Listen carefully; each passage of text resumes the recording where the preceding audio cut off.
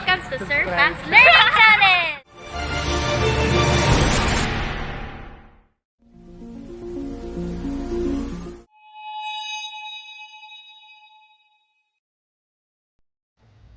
Nikola Tesla, in the midst of 1888.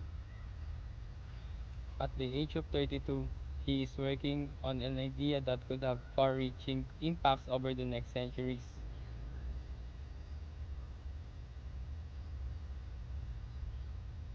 Along with the trials and tribulations, a concept that could potentially revolutionize the world's knowledge.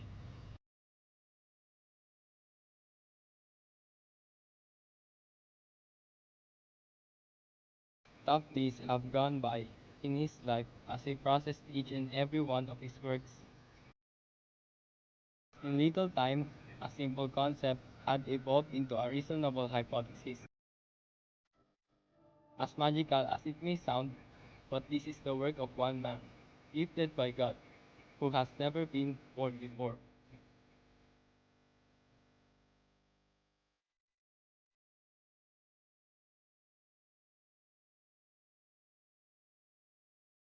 This individual will have an infamous and significant part in a certain period of time, called War of Currents. The name of this concept is called alternating current, which will innovate the former of his rival, Thomas Edison.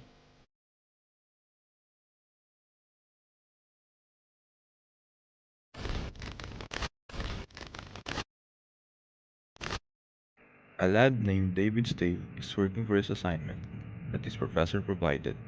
The assignment he's working is simply about the concept of alternating current in a light bulb.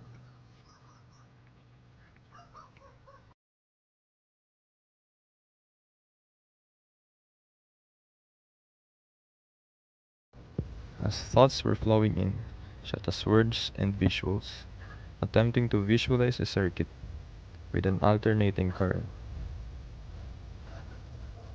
imagining the behaviors of electrons in it, David believes he understood it well.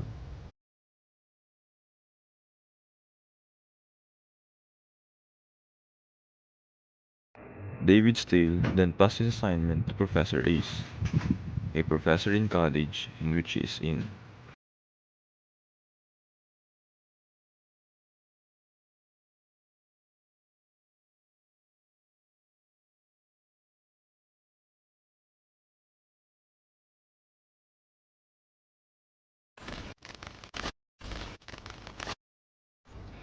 Nikola Tesla then passed his research, which pioneered the use of alternating current.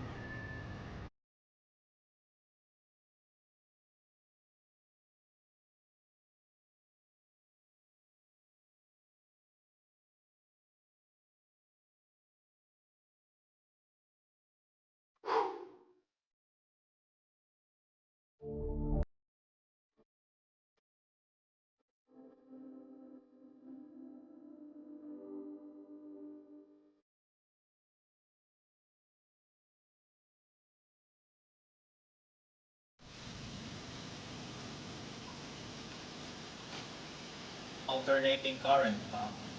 Hmm. Electrons passing through the copper conductor, then activating the light bulb when it reaches it.